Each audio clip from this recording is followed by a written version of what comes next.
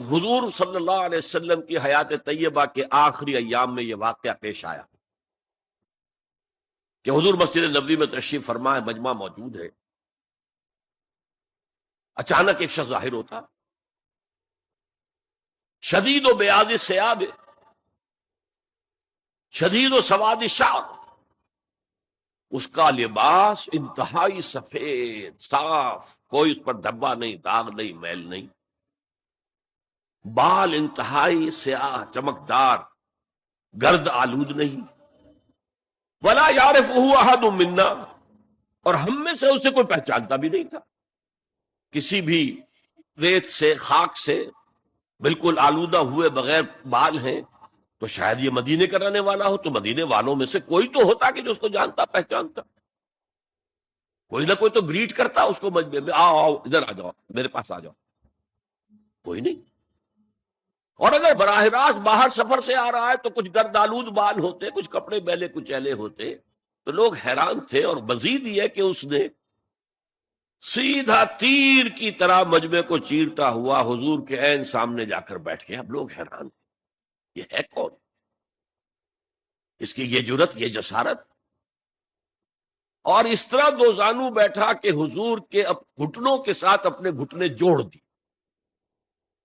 اور حضور کی رانوں پر اپنے دونوں ہاتھ رکھ دی۔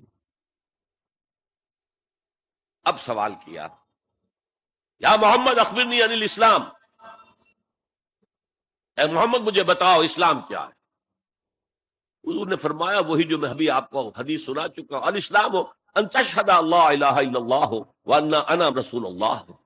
وان تقیم الصلاۃ وتؤتی الزکاۃ وتصوم رمضان وتحج البیت ان استطعت الیہ سبیلا۔ پھر کہا اخبرنی عن الایمان، لیکن یہ کہ ان روایتوں میں بھی اس کو روایت کرنے والے بہت سے صحابہ ہیں، عبداللہ ابن عمر بھی ہے، حضرت عمر خود بھی ہیں رضی اللہ تعالی عنہما، ابو ہریرہ بھی ہے، عبداللہ ابن مسعود بھی ہیں، کیونکہ ایک مجمع میں واقعہ ہو رہا تھا نا، تو مجمع کے اندر تو بہت سے لوگ سن رہے ہیں، اگرچہ جیسے آج بھی ہوگا کہ میں جو بات کہہ رہا ہوں آپ میں سے بہت سے حضرات میری ساری بات سن کر اگر کہیں جا کر رپورٹ کریں گے تو ان کی باتوں میں اختلاف ہو جائے گا، لہذا اس حدیث کی روایت میں اختلاف ہے۔ بعض روایتوں میں یہ ہے کہ پہلے پوچھا اخبرنی عن الایمان، پھر پوچھا اخبرنی عن الاسلام، اور یہ جو حضرت عمر کی روایت ہے اس میں ہے سب سے پہلے آپ نے پوچھا اخبرنی عن الاسلام، پھر دعا سوال آیا اخبرنی عن الایمان۔ اچھا، اس کے بعد ایک دو سوال اور بھی کیے، اب میں تفصیل میں نہیں جا سکتا۔ پھر وہ شخص چلا گیا، حضور نے کہا ذرا اس کو بلانا واپس، تو دیکھا تو کہیں بھی نہیں، زمین کھا گئی، آسمان اچک کر لے گیا، اللہ جانے۔ تب حضور نے فرمایا اوہ یہ جبرائیل تھے جو تمہیں تمہارا دین سکھانے آئے تھے، یعلمکم دینکم اذ لم تسألوہ، جبکہ تم نے اس کے بارے میں سوال نہیں کیا، اور یہ پہلی بار ہے کہ میں جبرائیل کو پہچان نہیں سکا، انسانی شکل میں وہ آئے اور میں پہچان نہیں پایا،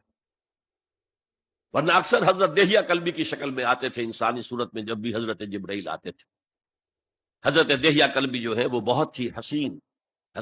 جوان رانا، ان کی شکل میں آتے۔ بہرحال یہ اتنا اہم مسئلہ ہے کہ اس کو کلیئر کرنے کے لیے کہ دودھ کا دودھ پانی کا پانی علیحدہ ہو جائے، ایمان کیا ہے، اسلام کیا ہے، دنیا کا نظام اسلام پر ہے، ایمان پر نہیں ہے، آخرت کا معاملہ ایمان پر ہے، اسلام پر نہیں ہے۔ کوئی شخص مسلمانوں کا بہت بڑا قائد ہو، بہت بڑا لیڈر ہو، لیکن ہو سکتا ہے آخرت میں زیرو ہو۔ میں حدیث سنا چکا ہوں آپ کو، ایک شخص دنیا میں شہید سمجھا جا رہا تھا، ایک شخص دنیا میں بہت بڑا عالم سمجھا جا رہا تھا، ایک شخص دنیا میں بہت بڑا سخی سمجھا جا رہا تھا، اور اللہ نے سب کے دعوے جو ہیں ان کی نفی کر دی۔ تم نے جنگ کی تھی اس لیے لیقال جریء کہا جائے، بہت ہی جری آدمی ہے صاحب، بہت بہادر آدمی، کیا کہنے اس کے،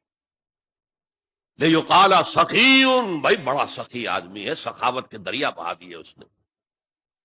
بھائی بہت بڑا عالم ہے، اس سے علم کا کتنا جو ہے